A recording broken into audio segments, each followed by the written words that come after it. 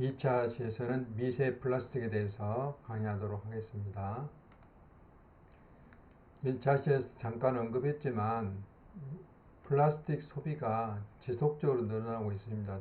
특히 우리나라 같은 경우에 2009년도에 1인당 플라스틱 소비량이 111kg이었는데 5년 후에 132.7kg으로 늘어났고 2020년도에는 145.9kg으로 늘어났습니다. 우리나라뿐만 아니라 다른 나라도 특히 우리나라 경우에 이 늘어나는 기울기가 굉장히 가파르죠. 중국을 비롯해서 많은 나라들이 1인당 플라스틱 소비량이 늘어나고 있는 추세입니다. 플라스틱이 이렇게 계속 그 소비량이 증가되고 있는 경우는 편리함 때문에 그렇죠. 플라스틱은 1907년도에 처음으로 발명이 됐어요. 그러니까 얼마 역사는 되지 않는데 지구의 어떤 그 시대를, 지질 시대를 바꿀 만큼 굉장히 큰 역할을 하고 있죠. 플라스틱이 사용의 편리함 때문에 굉장히 사용처가 다양하죠. 식품 쪽에도 사용을 하고 있고 화장품, 세제, 의약품 등 자유로이 이용이 가능하고 특히 이런 뭐 물렁물렁한 케첩통, 탄탄한 자동차 내장재 이렇게 뭐 우리 생활에서 사용하지 않는 곳이 없을 정도로 플라스틱이 만약에 없다고 생각하면 우리가 살기에 굉장히 어려움이 많겠죠. 가격이 쌉니다. 그 다음에 우리 필요한 곳에 만능적으로 이용할 수 있어요. 그러니까 특히 유연성, 뭐 마음대로 구불릴 수도 있고 비닐이라든지 아까 딱딱한 어떤 강도를 만들 수도 있고 내구성을 만들 수 있고 이런 조절이 가능하기 때문에 그런 거죠. 그래서 아주 소소한 우리 포장재부터 가구도 만들 수 있고 옷도 플라스틱이잖아요. 심지어 우리가 지금 의무적으로 착용해야 되는 마스크도 다 플라스틱이라고 말할 수가 있습니다. 또 한 가지는 플라스틱은 분해지지 않고 녹슬지도 않아요. 그러니까 지금까지는 만능이죠, 만능. 근데 이제 이것이 가장 큰 문제가 된 거죠. 사라지지 않는 플라스틱, 지구 환경 오염의 주범으로 된 거죠. 특히 이제 이 플라스틱 중에서 이게 마모가 돼가지고 크기가 작아지면 더 문제가 된다는 것이죠. 그래서 5mm 미만의 작은 플라스틱을 우리는 미세 플라스틱이라고 그랬습니다. 특히 이렇게 처음부터 미세 플라스틱인 것을 우리는 1차 미세 플라스틱이라고 그래요. 그러니까 우리가 이제 과거에 치약이라든지 그 다음에 화장품, 뭐 미백 효과를 하기 위해서 화장품에게 일부러 집어냈죠. 이런 것들이 이제 1차 미세플라스틱이라고 할 수 있고요. 두 번째는 이런 이제 생수병 같은 것이 마모가 돼서 그러니까 1차 플라스틱은 처음에 만들 때부터 이렇게 제조를 한 거고 2차 플라스틱은 마모가 돼서 이렇게 이제 부서진 거죠. 이렇게 된 것을 말을 합니다.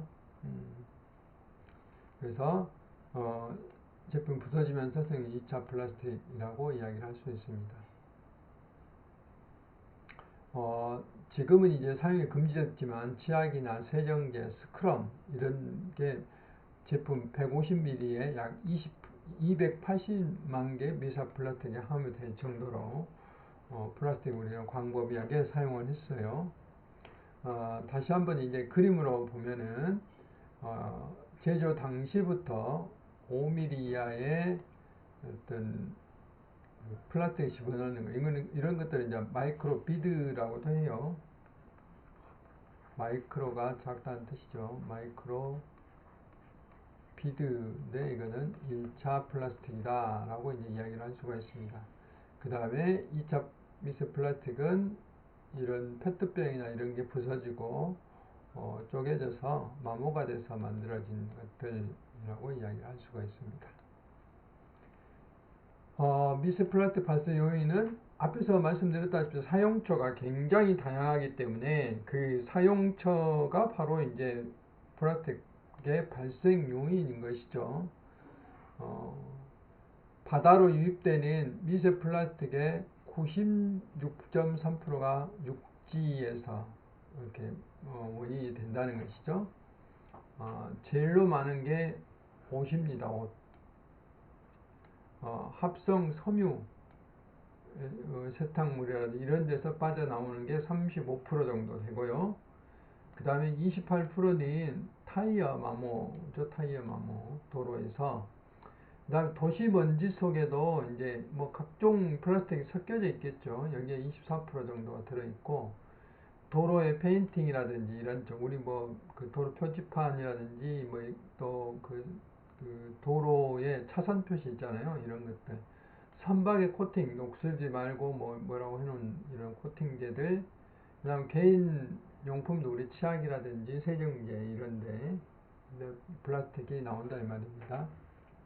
그래서 이렇게 플라스틱 팔레트에서도 나오고요. 다양한 장소에서 다양한 용도에서 플라스틱이 발생하고 있다. 미세 플라스틱이 할 수가 있습니다.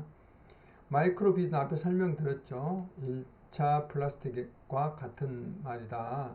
피부 각지 효과가 있다 해서 세안제나 치약 속에 든 작은 알갱이이고요. 특히 이 마이크로비드로 불리는 작은 이 1차 플라스틱은 해양 오염의 적으로 경계 대상이다 라고 이야기를 할 수 있습니다. 이건 뭐 어차피 폴리에틸렌 이런 것들로 만들어지니까 이게 이제 플라스틱인 것이죠. 마이크로비드 크기가 1mm보다 더 작다 하는 것입니다. 그래서 이제 크기로 따지면 5mm 이하 전체를 미세 플라스틱이라고 그러는데 그 중에서 1mm 정도로 작은 것들을 우리는 마이크로비드라고 이야기를 합니다. 1mm 이하짜리는 하수 처리 과정에서도 이게 처리가 되지 않고 바다로 흘러가기 때문에 문제가 된다는 것이죠. 우리가 플라스틱을 앞에서 이제 전체적으로 사용량을 봤지만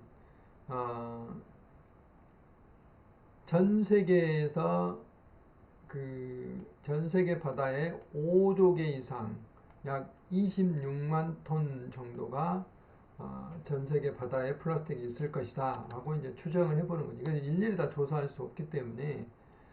그래서 2030년이 되면 현재의 2배로 증가해서 우리가 지금 플라스틱에 염려하고 있는 이유가 먹이사슬, 이게 이제 플랑크톤을 거쳐서 물고기를 거쳐서 우리 사람한테까지 들어오기 때문에 우리가 지금 염려를 하고 있는 것이죠. 그래서 우리나라에 일회용 컵 사용량이 257억 개예요. 그 다음에 일회용 비닐봉투가 연간 211억 개, 2015년 기준이죠. 지금은 좀 줄어들었으리라고 생각이 됩니다. 일회용 비닐 같은 경우에 이제 장바구니 사용이라든지 또 마트에서 제공이 되지 않기 때문에 사용량이 좀 줄어들었으리라고 생각되는데, 그럼에도 불구하고 우리가 아파트에 분리수거장 가보면 그 비닐의 배출량이 엄청나게 늘어나죠. 코로나 때문에. 그래서 사용량을 면적으로 따져보면 1392 제곱킬로미터, 서울시 면적의 약 2.3배, 이 서울시의 2개하고 0.3배가 플라스틱 면적으로 따지면 비닐봉투를 이렇게 많이 사용하고 있다 이 말이죠. 그걸 펼쳐보면. 그래서 당연히 이런 앞에서 1mm짜리가 마이크로 비즈라고 했죠. 이런 것들이 이제 당연히 바다를 이렇게 오염시키겠죠. 마이크로 비드는 이렇게 치약이라든지 화장품이라든지 이런 데서 직접 이렇게 배출되는 거고, 이렇게 마모되는 것들은 이제 5mm 이하의 미세 플라스틱이라고 말씀을 드렸죠. 전 세계에 약 5조 개 이상이 이제 있을 것이다 하고 이제 계속 추정을 말씀드렸고, 이것은 이제 그린피스라든지 이런 데서 태평양, 대서양, 인도양 등 전 세계에 1571개 지점에서 조사를 꾸준히 하고 있어요. 그래서 2007년부터 2013년까지 그 조사한 결과에 따르면 약 5조 2천 개, 5조 2,500억 개 정도가 지금 바다에 떠다닌다. 미세 플라스틱이. 그래서 무게로는 26만 8천여 톤 정도가 될 것이다 라고 추정을 하고 있어요. 태평양에 떠있는 미세 플라스틱을 기준으로 2016년도 농도가 약 250mg per 메타의 삼승, ppm이면 250ppm 할 수 있는데, 15년 후에 2030년도에는 2배인 500ppm으로 될 것으로 추정이 되고, 또 30년 후에는 4배인 1000ppm을 넘을 것으로 전망하고 있습니다. 이렇게 되면은 우리가 생선을 먹는데 굉장히 걱정이 된다는 이야기죠. 바다 생태계가 또 파괴될 수도 있습니다.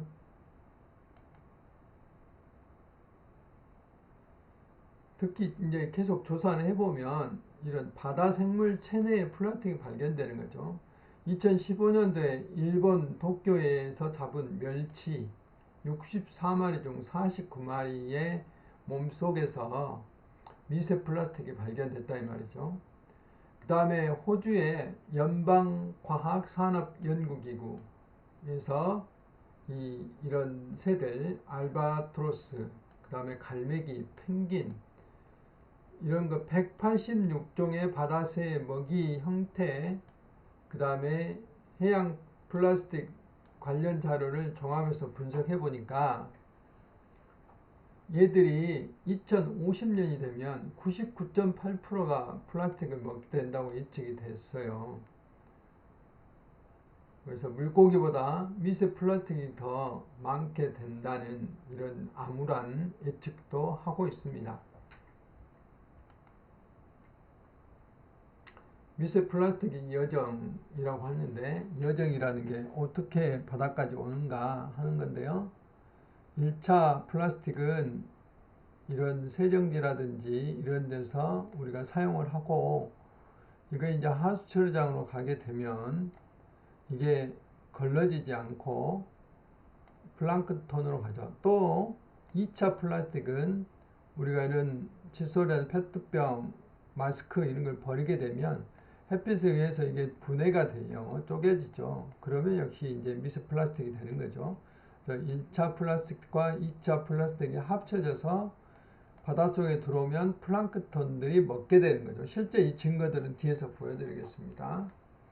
그 다음에 이 플라스틱을 작은 물고기가 먹고 이렇게 사는 거고, 그 다음에 더 큰 물고기가 이걸 잡아먹고 사는 것이죠. 그러면서 이제 바다새라든지 큰 물고기들이 이제 몸속에 플라스틱이 듣게 되는 거고, 우리의 식탁에 이런 것들이 올라오게 되는 것이죠. 그래서 다시 미세 플라스틱 우리가 버렸지만은 이것이 다시 우리 식탁까지 올라올 수 있다 이 말이죠. 이제 그것을 이제 먹이사슬 형태로 풀어놓은 게 이 그림입니다. 미세 플라스틱 먹이로 인하고 플랑크톤이 먹고 물고기 먹고 사람한테까지 온다 하는 것이죠. 그래서 미세 플라스틱들이 이렇게 1차 플라스틱이든 2차 플라스틱이 됐든 바다로 들어오게 되면 이것을 플랑크톤이 먹이로 인해서 먹게 되고, 이것을 먹이 연세에 따라서 작은 물고기부터 큰 물고기까지 이렇게 쭉 전달이 되고 사람까지 이렇게 들어오게 되는 것이죠. 이게 이제 그린피스에서 제공한 자료인데요. 이것은 우리가 생태계의 하나의 구조로 생각하면 금방 이해가 되실 거리라고 생각이 됩니다. 바다의 먹이사슬에 속한 모든 동물들이 플랑크톤을 삼킬 수가 있다 이 말이죠. 이런 것들이 삼키게 되면 우리 식탁에 오르는 해산물에 이런 것이 영향을 받고 또 생태계 유지에도 문제가 될 수도 있다. 또 바다에 사는 모든 해양 동물의 거의 모든 해양 동물의 물리적인 부작용을 일으킬 수 있다. 세포 속에 이렇게 포함이 될 수도 있기 때문에 그래서 먹이 사슬을 통해서 이 단계로 유입된다는 것을 이미 말씀을 드렸고 하수처리 시설에서 잘 걸러지지 않는다는 거죠. 이것이 그래서 바다로 이렇게 들어오게 되는 거고요. 물속에서 유독성 물질을 방출할 수 있다. 이거는 이제 뒤에서 또 말씀드리겠습니다. 플라스틱 자체에서 원래의 그 플라스틱이 갖고 있는 어떤 독성 물질들이 나올 수가 있다는 것이죠. 그 다음에 수백 년 동안 썩지 않고 바닷물 속에 그대로 남아있다 이 말이죠. 한번 바다에 흘러들면 제거하기가 어려워요. 그 다음에 모든 대양과 해양의 서식지, 북극의 이 빙하, 해빙, 심지어 소금 속에서도 플라스틱이 발견된다 이 말이죠. 그래서 현실적으로 상당히 심각한 상태다라고 말씀을 드릴 수가 있습니다. 이제 문제점을 이렇게 전체적으로 아까 먹이 연쇄라든지 이제 문제가 될 수도 있는데 환경 파괴, 생태계 파괴, 사람한테도 건강적으로 위협을 일으킬 수 있다. 전 세계적으로 미세 플라스틱에 대한 규제 법안이 제정되고 있고 우리나라도 2007년도에 미세 플라스틱 화장품의 사용 금지가 법으로 이제 규정이 된 바가 있습니다. 미국이라든지 유럽에서도 뭐 마이크로비즈 청정 해역 법안이라는 것을 만들어서 물로 씻어내는 제품에 미세 플라스틱을 사용할 수 없게 하는 법안이 만들어졌고 스웨덴에도 화장품에 미세 플라스틱을 사용할 수 없는 이런 법들이 만들어져 있다 하는 것을 말씀드립니다. 바로 이제 이렇게 플랑크톤 안에 미세 플라스틱이 이렇게 포함되어 있는 것들이 조사를 통해서 이렇게 보고가 되고 있어요. 잔류성 유기오염물질을 흡착해서 다른 생물에 전시키는 게 가장 큰 물질이다 하는 것인데 나중에 이제 잔류성 유기물질에 대해 뒤에서 설명하겠습니다. 바로 플라스틱 안에는 플라스틱 제조할 때 이런 성분들이 들어있어요. 여기 보면 알디카브, 벤젠, 그 다음에 사이화탄소, 클로로포름 뭐 이런 것들은 그 발암 물질이기도 하지만 그 아크릴 접착제, 뭐 또 뭐 개구리 해부할 때 뭐 마취제 이런 걸로 사용하는 것들, 다이옥신, 그 다음에 플라스틱 성분들이죠. 염화비닐이란 이런 것들이 거의 다 독성뿐만 아니라 이렇게 암을 일으키는 그런 건강에 나쁜 영향을 품는 이런 것들을 이제 함유하고 있다는 거죠. 세포 속에 파고 드는 것도 문제지만 그 자체도 이런 독성을 띠고 있다는 것이 이제 문제입니다. 그래서 한 사람이 1년에 신용카드 한 장, 그것을 이제 상징적으로 이렇게 표시해 놓은 건데요. 일주일에 약 그 5g, 한 달에 2kg, 그 다음에 6개월이면 뭐 12kg, 아니 125g, 뭐 이렇게 이제 이용할 수 있는 21g이고요. 이렇게 쭉 80년이 되면 뭐 약 20kg을 그 플라스틱을 섭취할 수도 있다 하는 것을 이렇게 이제 표시를 해주는 것이에요.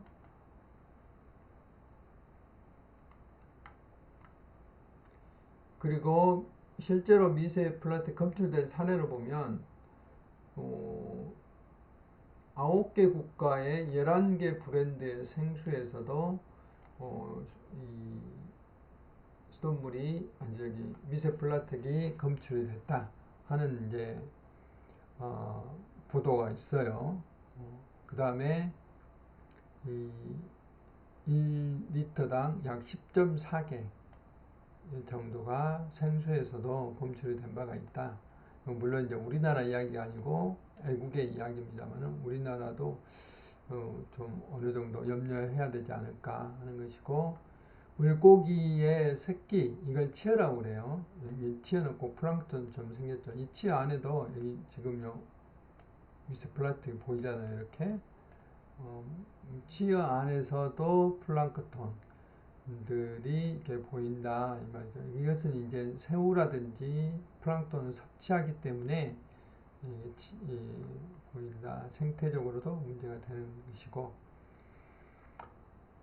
우리가 사용하는 티백 있잖아요. 티백 안에도 캐나다 맥길드 연구팀 조사한 바에 따르면 뜨거운 물에 부은 티백에서 5mm 이하 미세 플라스틱이 116억 개, 그러니까 일종의 이제 그보다 훨씬 작은 나노 플라스틱 단위에서는 약 31억 개의 그 플라스틱이 배출이 되는데, 폴리프로필렌 코팅이 원인이다 이런 거. 그러니까 차를 마신 게 아니라 미세 플라스틱을 마시는 결론이 되는 거예요.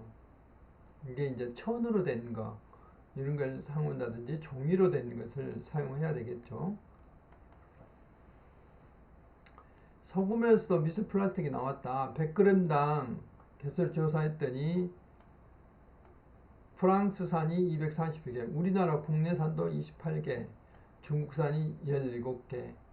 만약 1001년만 먹는다면 한 사람이 1년 동안 500개에서 8000개의 미세 플라스틱을 먹는 셈이 된다 하는 거죠. 이것도 역시 마찬가지로 먹이 연세에 따라서 이렇게 플라스틱이 되기도 하지만 바닷물을 농축하는 이 염전에서도 미세 플라스틱이 문제가 될 정도다 하는 것이죠.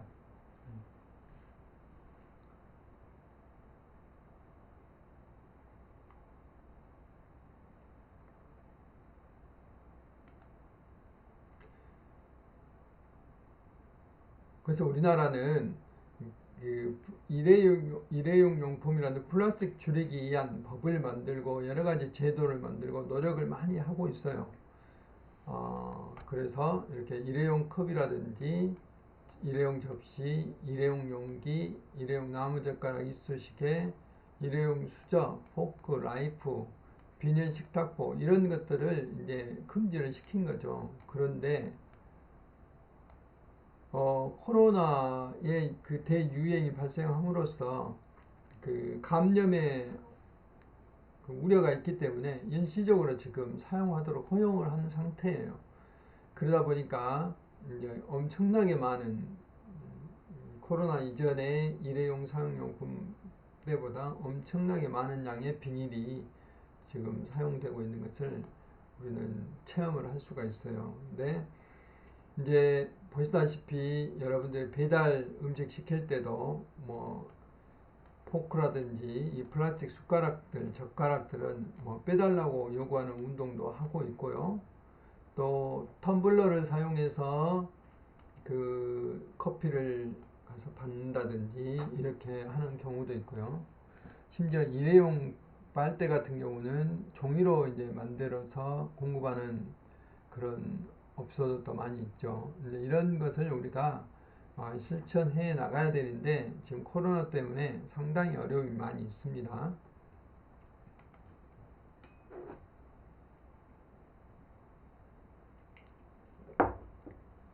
그래서 스타벅스를 비롯한 많은 커피 전문점에서도 이런 노력을 하고 있죠. 최근에 이제 안타까운 것은 감염병 때문에 그런다고 그러는데 뭐 우리 커피 전문점에 가면 이런 머그컵은 당연히 공급이 안 되고 뭐 바로 그냥 테이크아웃 형식으로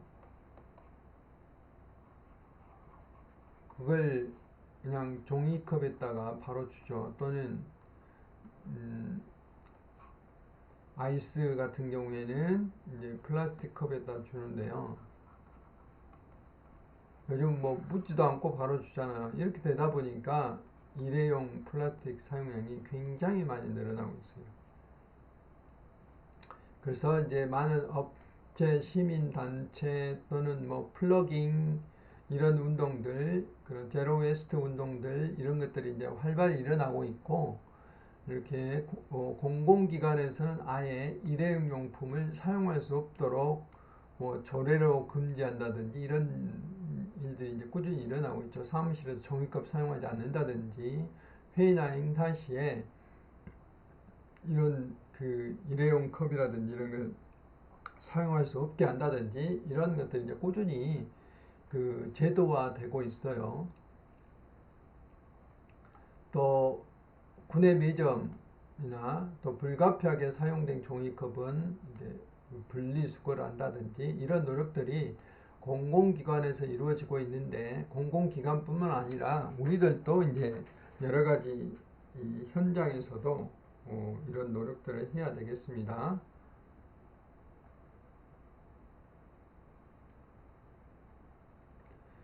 상당히 불편한 일이긴 하지만 우리가 실천하지 않으면 결국은 이게 이제 다시 우리 몸속으로 들어올 수 있고, 지구 생태, 특히 바다 생태계가 오염돼서 몸살을 앓을 수 있기 때문에, 이런 점에 대해서 우리가 한번 이번 기회에 한번 깊이 생각해 봐야 되겠고, 또 정부나 과학자들은 이제 대체 플라스틱, 그러니까 대체 플라스틱이라면 분해가 잘 되는 것을 말하는 거죠. 플라스틱이 분해가 되지 않기 때문에 오죽하면, 제가 첫 시간에도 말씀드렸지만 현재의 지질 세대를 인류세라고 할 정도로, 이것은 이제 우리가 살고 있는 지구의 그 표면이 온통 플라스틱으로 덮여 있다. 썩지 않기 때문에, 이래서 이것을 인류세, 신지구의 시기, 지질시대, 그래가지고 인류세라고 표현할 정도잖아요.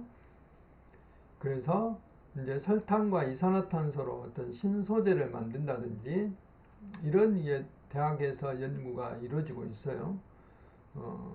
이거는 이제 값도 싸고, 또 지금까지 화석연료 기반이라는 게 이제 석유를 기반으로 해서 만든 이런 플라스틱과 버금가는 이런 그 플라스틱을 만듦으로써 여러 가지 이제 플라스틱에 대체를 할 수 있다는 거죠. 그래서 친화성이 강해서 의료기라든지 또 임플란트에도 사용할 수 있을 정도로 강도를 가질 수 있다고 그럽니다. 그래서 이런 게 이제 적극적으로 더 많이 개발이 돼서 그 실용화가 되게 되면 상당히 좋은 일이라고 생각이 되고요. 그 다음에 이런 이제 생수병, 물병은 이제 식물로 만든 젤라틴 필름을 내부에서 이렇게 덮음으로 인해서 플라스틱을 사용하지 않더라도 그 오랫동안 보관할 수 있는, 요즘 종이 생수병도 많이 지금 생산되고 있잖아요. 이런 것도 하나로 우리가 생각해 볼 필요가 있다. 그 다음에 스마트 진흙과 물을 섞어서 플라스틱을 만드는 방법이 있습니다. 이런 것을 가지고 또 한번 생각해 볼 수 있는 그런 것들이고요. 새우 껍질이라든지 이런 거 가지고 비닐봉지를 대체할 수 있는 어떤 물질을 만든다든지, 또는 버섯을 가지고 버섯 그 껍질 밑에 숨겨진 세포 계통, 뭐 이건 균사체라고 그러는데, 이것을 가지고 이제 비닐이라든지 이런 걸 만들면 뭐 분해가 될 수 있기 때문에, 이런 것을 이제 대체 플라스틱으로 만드는 연구가 꾸준히 이렇게 이루어지고 있다 하는 겁니다. 이게 이제 조금 더 실용화되고 가격이 저렴하게 유지가 된다면은 플라스틱 줄이는데도 상당히 많은, 우리가 지금 탄소 중립에 묻혀서 플라스틱 문제가 다소 주춤하고 있는데요. 우리가 지금 당장 지금 코로나라든지 이런 것 때문에 주춤하고 있습니다만은, 코로나뿐만 아니라 이런 플라스틱 문제, 그 다음에 지구의 기후 문제, 이런 굉장히 중요한 문제들입니다. 그래서 이런 것들을 해결할 수 있는 어떤 우리들의 지혜가 모아져야 된다고 생각이 듭니다. 그래서 이번 시간에는 미세 플라스틱이 어떻게 생성이 되고, 그 1차 미세 플라스틱 뭐고 2차 플라스틱은 뭐고, 이런 것들이 어떻게 우리 사람에까지 먹이 연쇄를 통해서 전달이 되는가, 이런 것들이 우리 몸속에 들어와서 어떤 부작용이 일어나는가, 이것을 이제 제거하기 위해서는 우리가 분리수거를 열심히 하고 일회용 그 플라스틱을 줄이는 방안도 굉장히 큰 거고, 그 다음에 대체 플라스틱을 만들어서 장기적으로 우리가 저감 노력을 해 나가야 되겠다 하는 것까지 말씀을 드렸습니다. 수고 많이 하셨습니다.